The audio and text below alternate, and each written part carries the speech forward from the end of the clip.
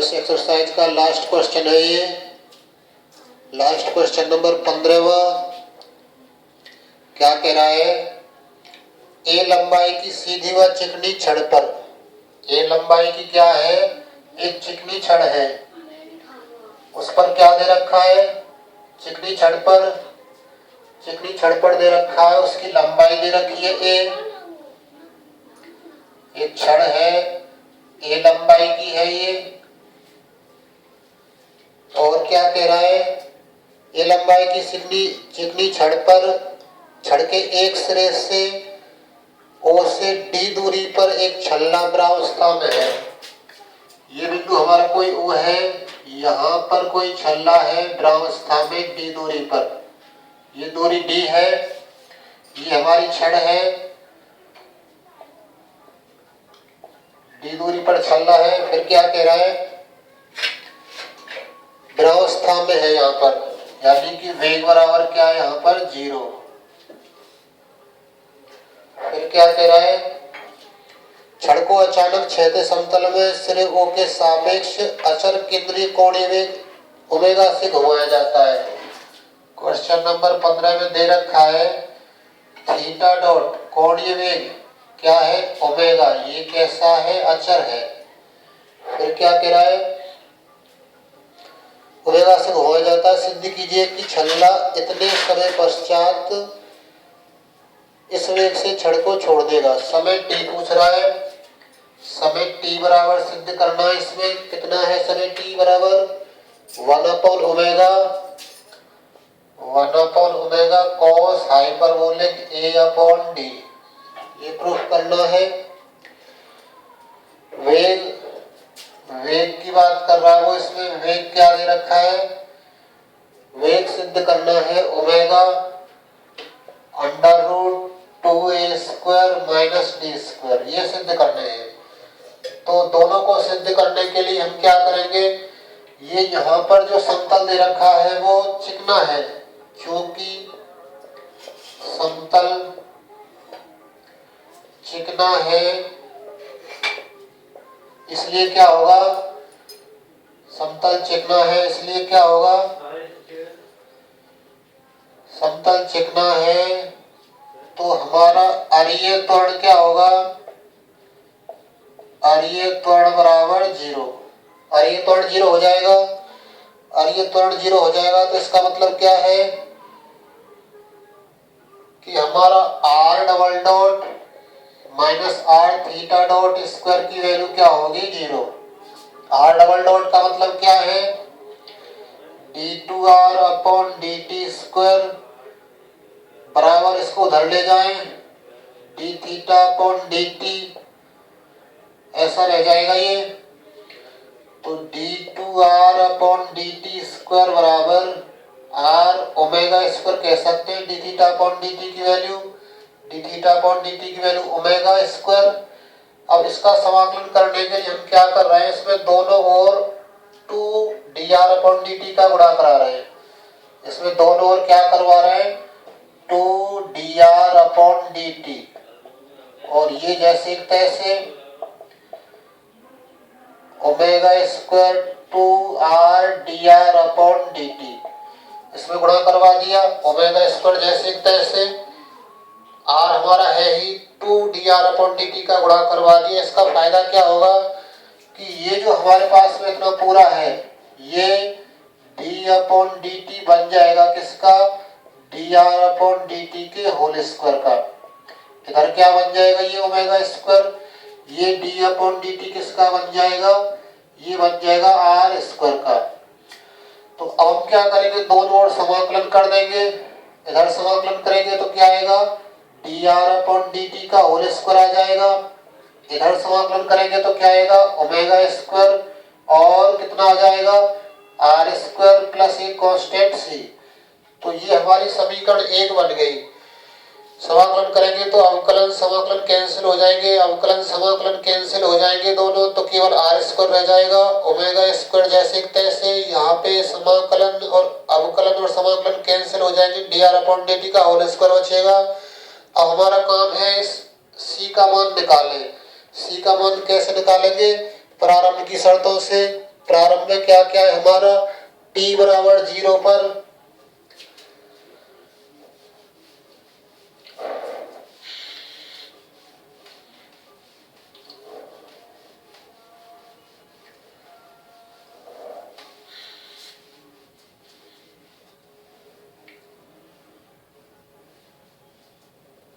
दिया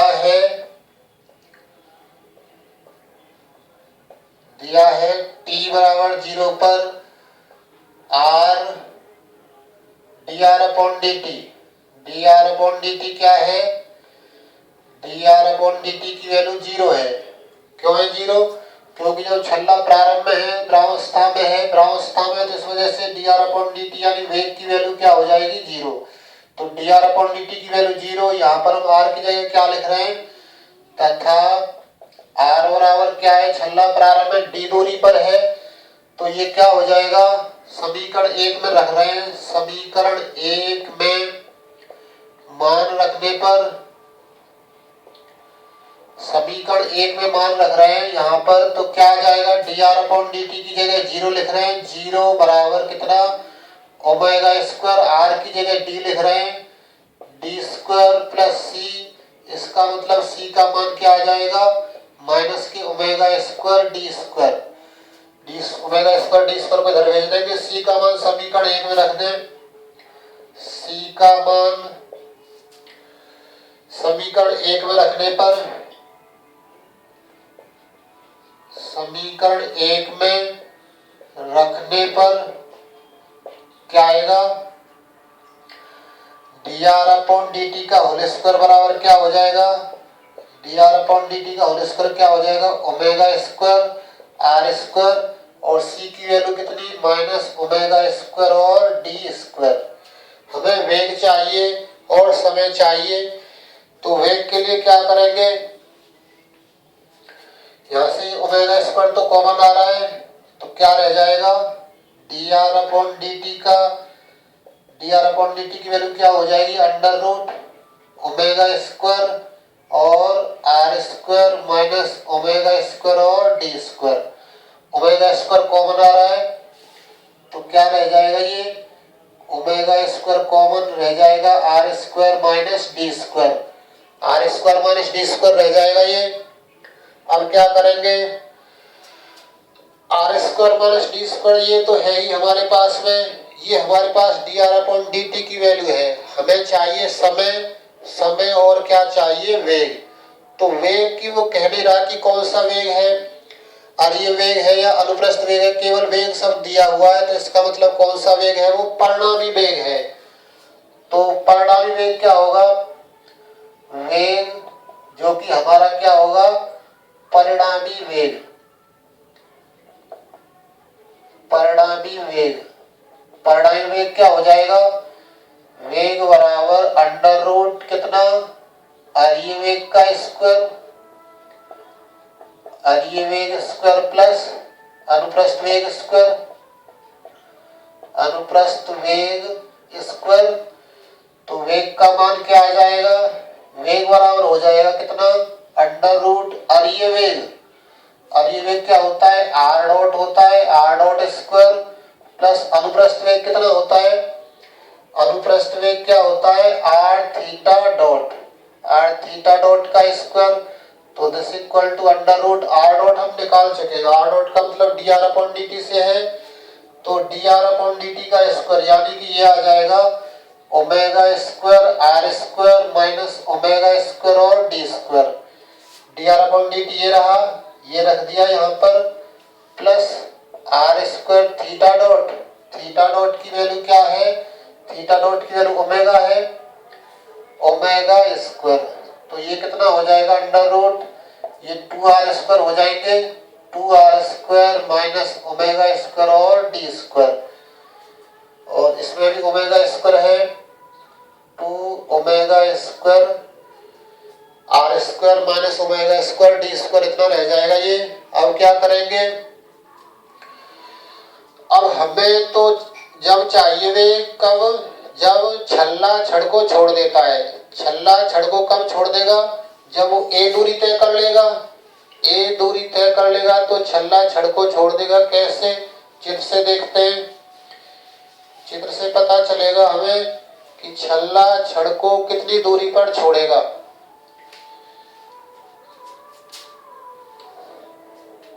छल्ला छड़ को छोड़ने के लिए कितनी दूरी चलेगा वो।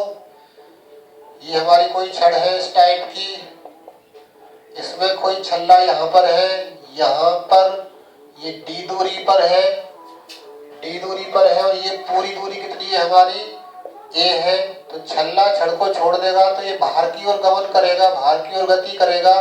तो इस जगह पर छल्ला छड़ को छोड़ देगा। इस जगह पर आर का मान क्या हो जाएगा, इस जगह पर आर का मान क्या है, इस जगह पर तो आर का मान कितना है डी, आर बराबर डी है। और इस जगह पर आर का मान क्या है, आर बराबर ए है इस जगह पर। तो हम क्या करेंगे, छल्ला जब छड़ को छोड़ेगा तो हम आर बराबर क्या रखेंगे, ए रख देंगे इसमें। तो इसको नाम दे देते हैं समीकरण 2। समीकरण 2 में आर बराबर ए रखने पर छल्ला छड़ को छोड़ देगा। छल्ला कब छड़ को छोड़ेगा, जब आर बराबर ए हो जाएगा। तो इसलिए वेग हमारा क्या आ जाएगा, वेग बराबर under root 2 omega square A square minus omega square D square, omega square और क्या D square. Omega square common आ रहा है तो क्या बचेगा अंडर रूट के अंदर, ओमेगा स्क्वायर कॉमन क्या रह जाएगा 2a square minus d square. Omega square का रूट बाहर आ जाएगा तो क्या बचेगा ये, तो ये रह जाएगा कितना, this equal to omega under root 2a square minus d square. तो यही हमारा क्या है, यही हमारा वेग है। वेग क्या हमें सिद्ध करना था, omega 2 under root 2a square minus d square. तो हम वेग प्राप्त कर चुके हैं। अब हम समय निकालेंगे। तो मान लें कि t समय बाद वो छल्ला छड़ को छोड़ देगा। समय निकालेंगे हम, तो समय का कैसे निकलेगा समय,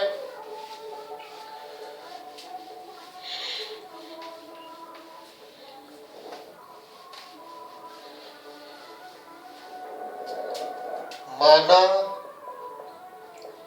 t समय बाद छल्ला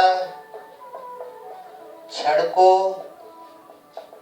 छोड़ देता है। मान ले कि t समय बाद छल्ला क्या करता है, छड़ को छोड़ देता है। तो इस टाइप से हमारा कोई छड़ है और इस पर कोई छल्ला है, यहाँ पर एक छड़ को छोड़ देगा तो यहाँ पर तो t बराबर 0 है, यहाँ पर t बराबर क्या है हमारा, t बराबर t ही है। इस जगह पर r का मान क्या है, r बराबर d है और इस जगह पर r का मान क्या है, r बराबर a है।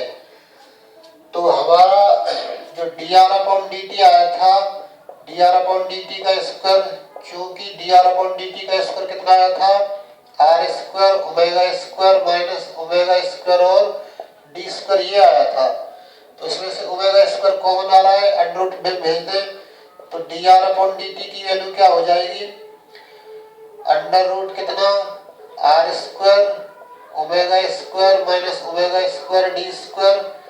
तो dr/dt क्या मिलेगा, यहाँ से ओमेगा स्क्वायर कॉमन आ रहा है, बाहर आकर ओमेगा रह जाएगा केवल, तो r square minus d square बच जाएगा। तो आर वाले टर्म एक तरफ कर ले, dt वाले टर्म एक तरफ कर ले, dt को उधर भेज दें तो क्या रह जाएगा यहाँ पर, dr अपॉन अंडर रूट कितना r square minus d square इतना रह जाएगा यहाँ पर ये, और बराबर कितना, ओमेगा को इधर ले आए, ओमेगा भी नीचे आ जाएगा और इधर क्या रह जाएगा dt। और फिर कर देंगे हम दोनों ओर समाकलन। समाकलन करेंगे तो समाकलन की लिमिट क्या होगी, हमें छड़ को छोड़ देने वाली लिमिट चाहिए। तो t की लिमिट तो 0 से t हो जाएगी, t बराबर 0 से t। r की लिमिट क्या हो जाएगी, d से लेकर a तक। इस समाकलन को सॉल्व करेंगे और अभिष्ट आंसर समय का मान निकालेंगे क्योंकि ये लिमिट हमारी किसकी है, जो छल्ला छड़ को छोड़ देता है। टी समय बाद छोड़ता है, प्रारंभ में समय 0 है, विरामावस्था में है तो समय 0 है। तो क्या होगा इसका समाकलन, तो समाकलन का इसका फॉर्मूला लॉग में भी है और हाइपरबोलिक इनवर्स में भी है। तो जैसा हमें आंसर चाहिए वही वाला फॉर्मूला लगाएंगे। तो 1/ओमेगा तो है ही ये, तो इसमें हम फॉर्मूला लगा दें cos hyperbolic inverse r/d। cos hyperbolic omega तो कांस्टेंट है 1/ओमेगा, cos हाइपरबोलिक r/d इसका समाकलन होगा। और लिमिट क्या है, d से a तक, बराबर कितना है, इसका समाकलन कर दें। इसका समाकलन t होगा लिमिट 0 से t तक। अब इसमें लिमिट रखें तो 1/ओमेगा क्या, cos hyperbolic inverse a/d minus cos hyperbolic inverse d/d हो जाएगा और बराबर t माइनस 0। अपर लिमिट रख दें t की जगह और 0 लिमिट रख दें लोअर लिमिट, तो ये t माइनस 0 हो जाएगा। अब क्या होगा, 1/ओमेगा cos हाइपरबोलिक इनवर्स a/d, इसकी वैल्यू क्या हो जाएगी, cos हाइपरबोलिक इनवर्स 1 और बराबर क्या रह जाएगा t, इसकी वैल्यू 0 हो जाएगी। cos हाइपरबोलिक इनवर्स की वैल्यू क्या हो जाएगी 1, 0 डिग्री होता है। तो 1/ओमेगा cos हाइपरबोलिक इनवर्स ये हमारा a/d जैसे तैसे माइनस 0 बराबर कितना t। तो इसका मतलब t की वैल्यू क्या हो गई, 1/ओमेगा cos हाइपरबोलिक इनवर्स a/d हो गई। और ऐसा ही हमें सिद्ध करना है कि इतने समय पश्चात छल्ला छड़ को छोड़ देगा। तो ये जो समय आया है वो हमारा कौन सा समय है, जब छल्ला छड़ को छोड़ देता है वो वाला समय है ये। तो इस समय यही हमें ज्ञात करना था। अब इसके कुछ एग्जाम्पल देख लेते हैं। एग्जाम्पल देखो, एग्जाम्पल नंबर है 4, वो भी ऐसा ही है। एग्जाम्पल 4 देखें क्या कह रहा है एग्जाम्पल 4 में। एग्जाम्पल 4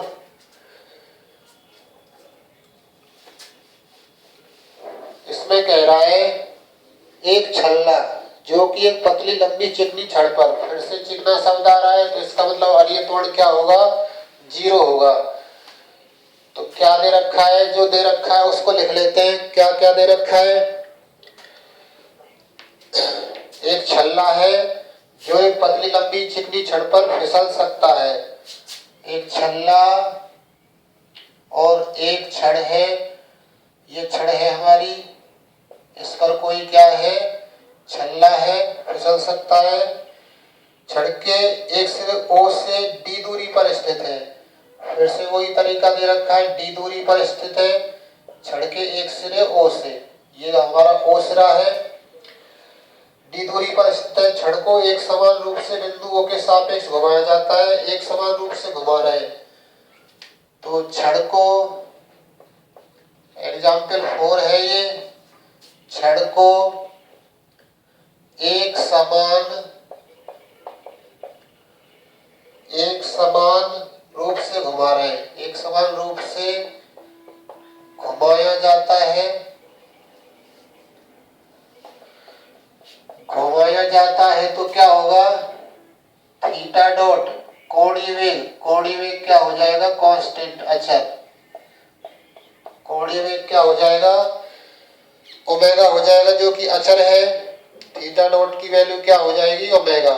फिर क्या कह रहा है, सिद्ध कीजिए कि छल्ला वक्र r बराबर d cos हाइपरबोलिक थीटा में घूमता है। हमें r का मान चाहिए। टू प्रूव क्या है, टू प्रूव है r बराबर d cos हाइपरबोलिक थीटा, ये दे रखा है। हमें r बराबर सिद्ध करना है, कितना है, d cos हाइपरबोलिक थीटा। तो फिर से वही तरीका, क्योंकि छड़ चिकनी है या तल चिकना है, क्योंकि तल चिकना है तो क्या होगा, चिकना होगा तो क्या होगा, अरीय त्वरण 0 हो जाएगा, चिकना है इसलिए अरीय त्वरण बराबर 0। अरीय त्वरण 0 है तो इसका मतलब क्या होगा, r double dot minus r theta dot square बराबर 0। इसको क्या लिख लें, d2r upon dt square minus r theta dot की वैल्यू ओमेगा है, ओमेगा स्क्वायर बराबर 0। इसी को कैसे लिखा जा सकता है, D square minus omega square और r बराबर 0। तो यहाँ से हम क्या निकालेंगे, r का मान निकालेंगे CF और PI में। CF तो निकलेगा लेकिन PI नहीं निकलेगा, क्योंकि हमारा जो फलन है बराबर के बाद वो 0 है। तो CF के लिए क्या करेंगे, CF के लिए क्या होगा, m square minus omega square की वैल्यू 0, d की जगह m लिख देंगे, m square minus omega square equal to 0। इसका मतलब क्या, m स्क्वायर बराबर ओमेगा स्क्वायर हो जाएगा। तो m की वैल्यू क्या मिलेगी, m इक्वल टू हो जाएगा प्लस माइनस ओमेगा। m की वैल्यू क्या आ जाएगी, प्लस माइनस ओमेगा। तो प्लस माइनस ओमेगा आ गई है m की वैल्यू। तो हम क्या निकालेंगे, CF कैसा होगा हमारा, अब CF क्या होगा, C1 e की पावर ओमेगा, e की पावर में हमें आंसर नहीं चाहिए, हमें जो आंसर चाहिए वो किसमें चाहिए, कॉस हाइपरबोलिक में चाहिए। तो वही वाला फॉर्मूला लगाएंगे कॉस हाइपरबोलिक वाला, C1 cos hyperbolic omega T plus C2 sine hyperbolic omega T. यहाँ से m का मान ओमेगा आया है तो ओमेगा टी, क्योंकि जो हमारे पास में कैपिटल D है, क्योंकि D बराबर क्या है हमारा, कैपिटल D बराबर है d अपॉन dt। तो CF हमारा क्या आ जाएगा, C1 cos hyperbolic omega, CF की value C1 cos hyperbolic omega t plus C2 sine hyperbolic omega t। तो इसे सॉल्व करेंगे तो क्या मिलेगा, इसलिए R बराबर क्या हो जाएगा, C1 cos ये वाला R, ये यहाँ पे जो R है पहले हम y बराबर लिखते थे अवकल समीकरण की बुक में, लेकिन यहाँ R दे रखा है तो R बराबर लिखेंगे C1 cos hyperbolic omega t plus C2 sine hyperbolic कितना ओमेगा t, ऐसा रह जाएगा ये। अब हमें वैल्यू निकालनी है C1 और C2 की। तो C1 C2 की वैल्यू निकालने के लिए प्रारंभ की शर्तों का उपयोग करेंगे। प्रारंभ में क्या क्या दे रखा है, प्रारंभ में छल्ला भ्रामवस्था में है, इसका मतलब वेग 0 है। प्रारंभ में उसने तय की गई दूरी कितनी है, d दूरी पर है ये, प्रारंभ में d दूरी पर है तो हमारा r बराबर क्या हो जाएगा d, t बराबर क्या हो जाएगा 0, v बराबर क्या हो जाएगा 0। ये शर्त होगी, t बराबर 0 पर r बराबर d होगा और v बराबर क्या होगा 0। तो वो सब इससे निकालेंगे तो क्या प्राप्त होगा,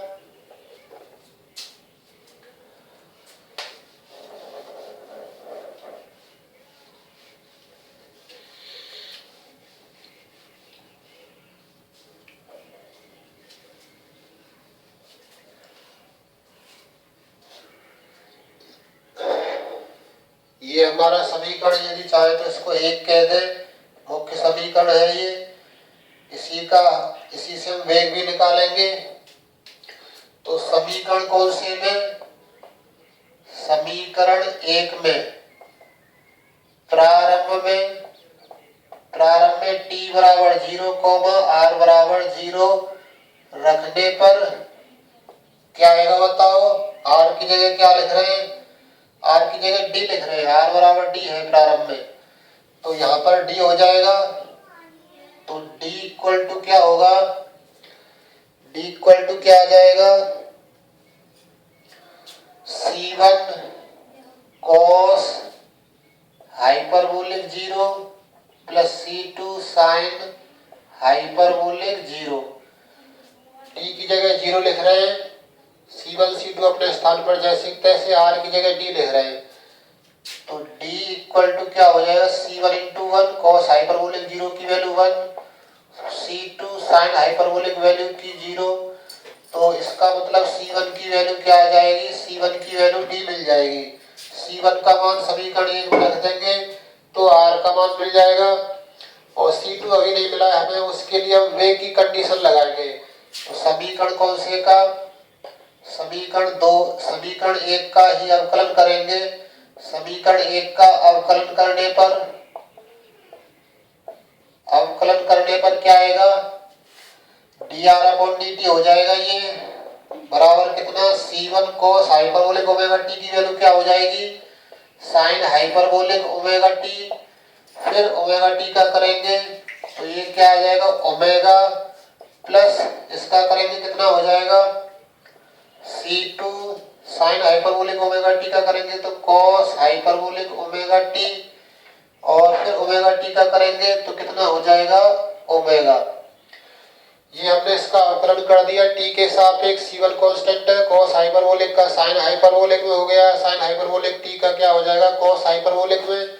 और इसमें सब प्लस के रहते हैं। इसमें अब अवकलन करेंगे तो साइन हाइपरबोलिक हो या cos हाइपरबोलिक हो, सबके अवकलन प्लस में ही रहेंगे। तो प्रारंभ में t बराबर 0 पर v का मतलब क्या है, वेग, dr/dt बराबर 0। तो इसका मतलब क्या आ जाएगा, ये 0 equal to C1 sine hyperbolic 0 into omega plus C2 के साथ में क्या आ जाएगा, cos हाइपरबोलिक 0 इंटू ओमेगा। तो इसकी वैल्यू 1 हो जाएगी। तो 0 इक्वल टू क्या आ जाएगा, C1, ये 0 हो जाएगा, साइन हाइपरबोलिक 0 की वैल्यू 0 पूरा 0 हो जाएगा ये। तो 0 plus C2 into 1 into omega. तो इसका मतलब C2 का मान क्या आ जाएगा, 0। C2 का मान 0 आ गया। तो C1 C2 के मान समीकरण 1 में रख देते हैं तो क्या प्राप्त होगा। हम क्या कर रहे हैं, C1 का मान D रख रहे हैं और C2 का मान 0 रख रहे हैं समीकरण 1 में। तो क्या मिलेगा हमें, तो R बराबर रह जाएगा क्या, R बराबर रह जाएगा ये D cos hyperbolic omega T plus 0। C2 का मान 0 है, ये सबको 0 कर देगा तो R की वैल्यू ये रह गई। अब ये R की वैल्यू आ तो गई, लेकिन इसमें ओमेगा टी हमने स्वेच्छा से लिया था और इसमें कोण जो दे रखा है वो थीटा दे रखा है। तो थीटा कोण की बात करेंगे हम, क्योंकि हमारा क्या था,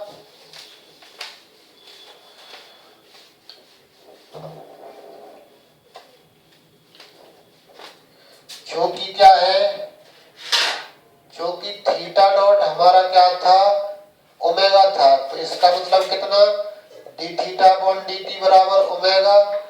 तो डी थीटा बराबर क्या हो जाएगा, ओमेगा डी टी।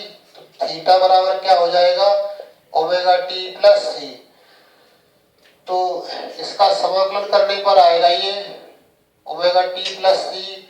तो प्रारंभ में क्या है, टी बराबर 0 पर थीटा कोई डिग्री कोण नहीं घूमा है तो थीटा बराबर 0। तो इसमें रख देंगे थीटा बराबर 0, टी बराबर 0। तो सी का मान क्या आ जाएगा, 0। तो थीटा बराबर क्या हो गया, ओमेगा टी। अब ओमेगा टी की जगह इसमें हम क्या रख दें, समीकरण 2 में ओमेगा टी की जगह क्या रख दें, थीटा। तो इसलिए समीकरण 2 से R बराबर क्या आ जाएगा, d cos hyperbolic omega T का मतलब थीटा यहाँ रख रहे हैं तो ये रह जाएगा थीटा। और यही हमें सिद्ध करना था कि चली गई दूरी क्या है, d cos हाइपरबोलिक थीटा। इतना हमें करना है इसमें। नेक्स्ट एग्जाम्पल 5 देखते हैं जो कि आया हुआ भी है।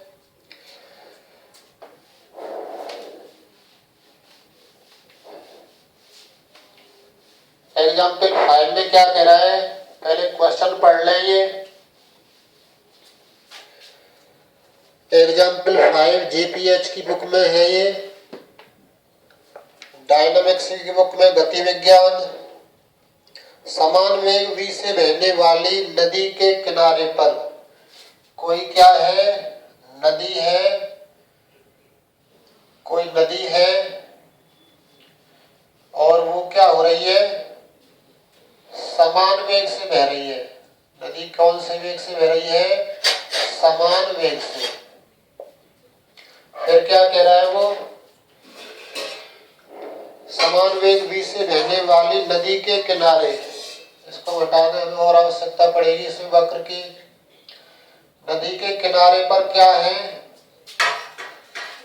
किनारे पर स्थित किसी बिंदु A से, कोई बिंदु A है, A से प्रस्थान होकर एक नाव एक समान वेग u से खींची जाती है। u इसका एक समान वेग दे रखा है, खींची जाती है तथा इसका मुंह सर्वदा A के बिल्कुल सामने नदी के किनारे दूसरे किनारे पर स्थित बिंदु B की ओर रहता है। और नाव का वेग कैसा? नाव का मुंह कहाँ रहता है? B की ओर रहता है। यहाँ सामने बिंदु वेग V है तो उधर की ओर रहता है। तो हम क्या करेंगे? तो ये हम इनको मिला देते हैं बिंदुओं को। यहाँ से नाव जा रही है तो पानी का बहाव इस तरफ है, v वेग है। नाव यहाँ से चल रही है, यहाँ से जाएगी तो सीधे सीधे तो नहीं जा पाएगी क्योंकि नदी का भी वेग है कुछ ना कुछ। ये हमारी क्या है? नदी का वेग v है। तो नदी का वेग v है तो इसको कुछ ना कुछ ये आगे होते हुए ले जाएगा। मान लो ये कभी t समय पर बिंदु P पर है, कभी t समय पर कहां पर है? बिंदु P पर। तो ये तो हो जाएगी हमारी कौन सी रेखा? प्रारंभिक रेखा हो जाएगी ये। और ये रेखा कौन सी हो जाएगी? हमारी ध्रुवांतर रेखा। ये हमारी ध्रुवांतर रेखा हो जाएगी क्योंकि ये प्रारंभिक रेखा है तो ये कोण थीटा होगा, ये कोण थीटा है। और इसका जो मुंह है, नाव का मुंह, नाव जब इस जगह पर पहुंचती है तो नाव का मुंह हमेशा किसकी ओर है? B की ओर है। तो इसका जो वेग है वो B की ओर ही कार्य करेगा, यू B की ओर कार्य कर रहा है। और नदी का वेग किधर है? नदी का वेग बिल्कुल सामने है। कौन कितना वेग है? ये v। तो ये कोण थीटा है तो ये कोण कितना हो जाएगा? 90 माइनस थीटा हो जाएगा। ये कोण 90 माइनस थीटा है तो ये कोण भी कितना हो जाएगा? 90 माइनस थीटा, क्योंकि वही रेखा है, ये रेखा आगे चल रही है और ये इसके समांतर है। तो ये कोण 90 माइनस थीटा है तो ये कोण भी 90 माइनस थीटा होगा। तो इस v के कारण इसकी दिशा में घटक क्या हो जाएगा? v cos 90 माइनस थीटा हो जाएगा। और लंबवत वाला घटक क्या हो जाएगा? लंबवत वाला इस ध्रुवांतर रेखा के लंबवत, ये 90 माइनस थीटा है। लंबवत घटक क्या हो जाएगा? v sin 90 minus theta.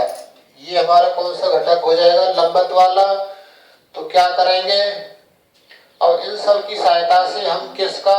वक्र का समीकरण निकालेंगे। और हमें क्या सिद्ध करना है? खींच जाती है तो नाव के पथ का समीकरण पूछ रहा है, पथ का समीकरण निकालना है। यदि v बराबर u है तो सिद्ध कीजिए बिंदु पथ परवलय होगा।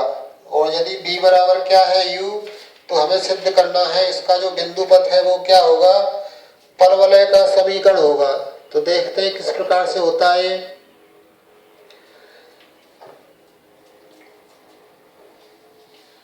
तो हम बात करते हैं ध्रुवांतर रेखा की दिशा में। ध्रुवांतर रेखा की दिशा में वेग क्या होता है? r dot.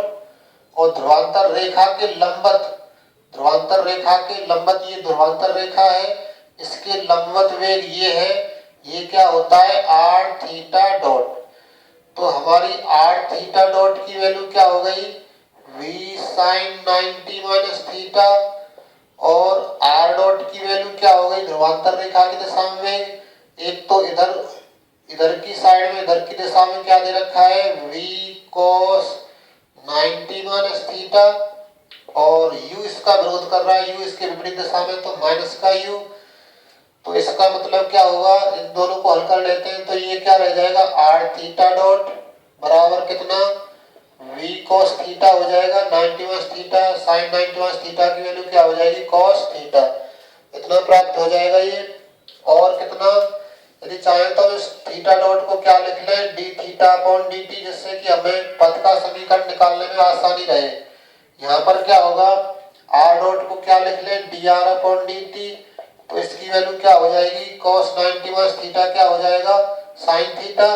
तो ये हो जाएगा v sine theta minus u, इतना प्राप्त हो जाएगा। अब इन दोनों समीकरणों से हमें क्या निकालनी है, पथ की समीकरण।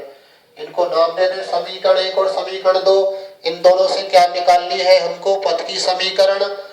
पथ की समीकरण के लिए t नहीं होना चाहिए, पथ की समीकरण r और थीटा में आती है, तो t हटाना पड़ेगा हमें, dt हटाना पड़ेगा। dt हटाने के लिए क्या कर दें, 1/2 कर दें या 2/1 कर देते हैं।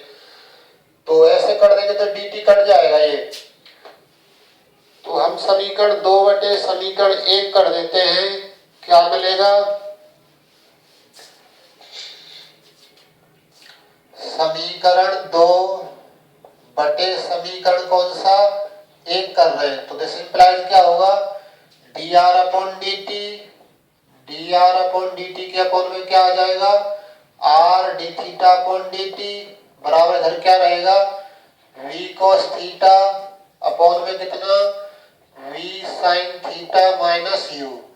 यहाँ dt से dt कैंसिल हो गया, तो dr upon r d theta का मान क्या रह जाएगा, v cos theta upon v sin theta minus u, इतना प्राप्त होगा ये।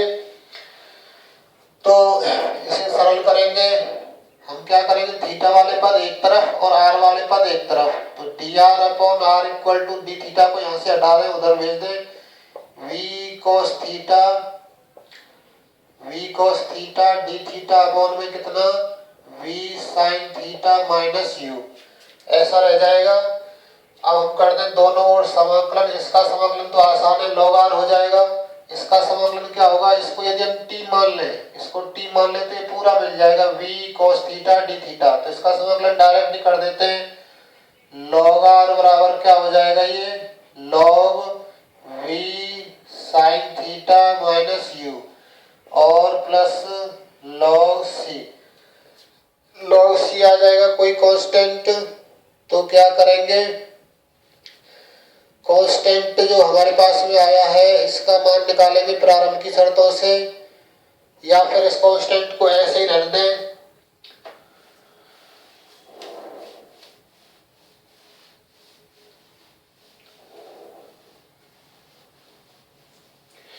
तो क्या रह जाएगा, ये log r बराबर कितना, v sin theta minus u और इंटू सी, लॉग में ही आएगा ये भी, log r बराबर log, अब log से log कैंसिल, r बराबर क्या रह जाएगा, v sin theta minus u into C, ऐसा रह जाएगा ये।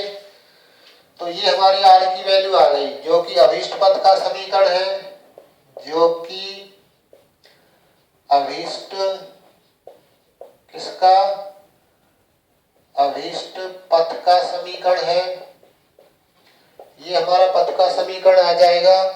अब क्या करेंगे, अब क्या हो जाएगा ये, अब इसमें हम क्या रख रहे हैं, v बराबर u लिख दें। v बराबर u रखने